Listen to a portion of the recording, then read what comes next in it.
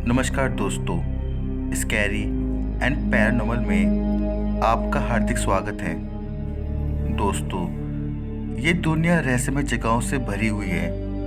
उन्हीं में से एक जगह के बारे में हम आपको बताने जा रहे हैं, जिसका नाम है बरमूडा ट्रायंगल, जो अपने विचित्र नाम की तरह एक विचित्र जगह है।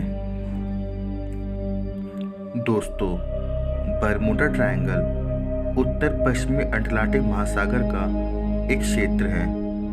बरमूडा ट्रायंगल अमेरिका के फ्लोरिडा, प्योर्तो रिको और बरमूडा तीनों को जोड़ने वाला एक ट्रायंगल यानी त्रिकोण है, जहां पहुंचते ही बड़े से बड़ा समुद्री और हवाई दोनों तरह के जहाज गायब हो जाते हैं, जिनका बाद में कहीं कोई पता नहीं चलता है।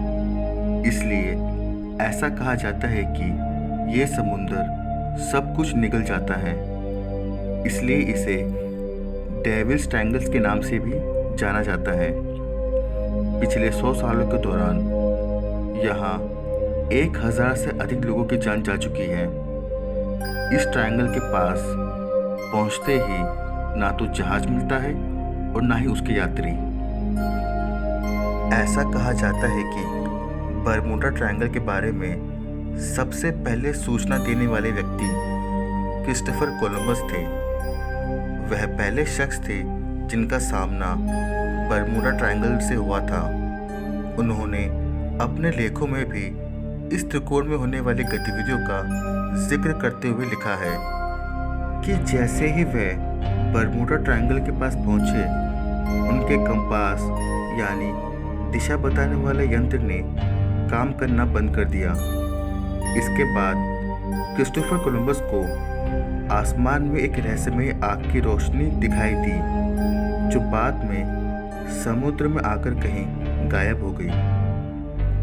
ऐसा बताया जाता है कि अटलांटिक महासागर के इस भाग में समुद्री जहाज़ों और हवाई जहाज़ों के गायब होने की जो घटनाएं अब तक हुई हैं, उन सब में यह पाया गया है कि जब भी कोई समुद्री जहाज या हवाई जहाज यहाँ पहुँचता है, तो उसके रडार और रेडियो वायरलेस और कंपास जैसे यंत्र या तो ठीक से काम नहीं करते या फिर धीरे धीरे काम करना ही बंद कर देते हैं, जिस वजह से इन जहाज़ों और वायुयानों का संपर्क विश्व से टूट जाता है और उनके अपने दिशा सूचक यंत्र भी खराब हो जाते हैं। इस प्रकार ये अपना रास्ता भटककर या तो किसी दुर्घटना का शिकार हो जाते हैं या फिर इस रहस्यमय क्षेत्र में कहीं गुम होकर इसके रहस्य को और भी अधिक रहस्यमय बना देते हैं। कुछ वैज्ञानिकों का मानना है कि इस क्षेत्र में भौतिकी के कुछ नियम बदल जाते हैं, जिस कारण ऐसी दुर्घटनाएं होती हैं, और कुछ लोग इसे किसी पैरालौकिक ताकत की शक्ति मानते हैं, तो कुछ को यह सामान्य घटनाक्रम लगता है। वैसे बरमूडा ट्रायंगल पर कई किताबें और लेख लिखे जाने के साथ ही फिल्में भी बन चुकी हैं। शोधकर्ताओं का मानना है कि यहाँ समुद्र के इस भाग में एक शक्तिशाली चुंबकीय क्षेत्र होने के कारण जहाज़ों में लगे उपकरण काम करना बंद कर देते हैं, जिस कारण जहाज़ रास्ता भटक जाते हैं और दुर्घटना का शिकार हो जाते हैं। शोधकर्ताओं का मानना है कि यहाँ के समुद्र के इस भाग में एक शक्तिशाली चुंबकीय क्षेत्र होने के कारण जहाज़ों में लगे उपकरण काम करना बंद कर देते हैं, जिस कारण जहाज रास्ता भटक जाते हैं और दुर्घटना का शिकार हो जाते हैं। ऐसा भी कहा जाता है कि बरमूडा ट्रायंगल एक टाइम जोन का छोर है और ये धरती पर एक ब्लैक होल की तरह है। ऐसा कहा जाता है कि बरमूडा ट्रायंगल दूसरी दुनिया में जाने के लिए एक गेट के रूप में इस्तेमाल किया जाता है। आसान सी भाषा में कहें तो बरमूडा ट्रायंगल में एक खास तरह के हालात पैदा होते हैं जिसके चलते वह एक टाइम जोन से दूसरे टाइम जोन में जाने का जरिया बन जाता है। यानी पलक झपकते ही कई सालों का सफ़र तय कर लिया जाता है। कुल मिलाकर बरमूडा ट्रायंगल को टाइम जोन में जाने का जरिया भी माना जाता है। यानी एक रहस्यमय टाइम मशीन की तरह यह काम करता है। ऐसा कहा जाता है कि इस टाइम जोन का इस्तेमाल इंसान नहीं बल्कि दूसरी दुनिया के लोग करते हैं।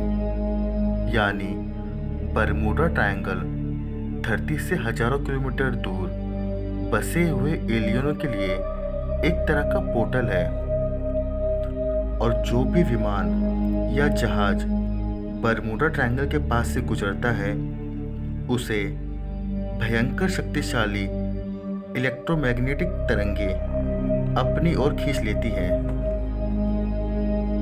यही वजह है कि बरमूडा ट्रायंगल के इर्द गिर्द एलियन देखे जाने की घटनाएं सबसे ज़्यादा सामने आती हैं। कहा तो ये भी जाता है कि टाइम जोन पर रिसर्च के लिए इसी हिस्से में अमेरिका की एक बहुत बड़ी सीक्रेट लेबोरेटरी है। यहाँ पर एरिया 51 की तरह ही एलियन से जुड़ी हुई रिसर्च की जाती है। बरमूडा ट्रायंगल का वैज्ञानिक पक्ष। दोस्तों, वैज्ञानिकों द्वारा की गई जांच में यह पाया गया कि बरमूडा ट्रायंगल में सुनामी से भी ऊंची व खतरनाक लहरें उठती हैं जो अपने सामने आने वाली हर चीज को डुबा देती हैं। सैटेलाइट द्वारा पहली बार यहाँ उठने वाली ऊंची लहरें देखी गई जिसकी ऊंचाई 100 फीट तक थी। यहाँ के बादलों की तूफानी हवाएं आम बादलों से पूरी तरह अलग थी। इन बादलों के नीचे 150 से 250 किलोमीटर प्रति घंटे की तीव्रता वाली तूफानी हवाओं का बवंडर होता है। वैज्ञानिकों ने इस बवंडर को एयर बम बताया है, जो रास्ते में आने वाली हर चीज को खुद में समा लेता है। यही एयर बम नीचे आकर समुद्र से टकराता है, जिसके चलते ऊंची ऊंची लहरें उठने लगती हैं। समुद्र में उठने वाली यही लहरें आसपास मौजूद हर चीज को निगल जाती हैं। बरमूडा ट्रायंगल में मौजूद इन विशाल बादलों को हेक्सागोनल क्लाउड नाम दिया गया है, जो हवा में एक बम विस्फोट की मौजूदगी के बराबर शक्ति रखते हैं, और इनके साथ 150 से 250 किलोमीटर प्रति घंटे की रफ्तार से बहने वाली हवाएं भी होती हैं।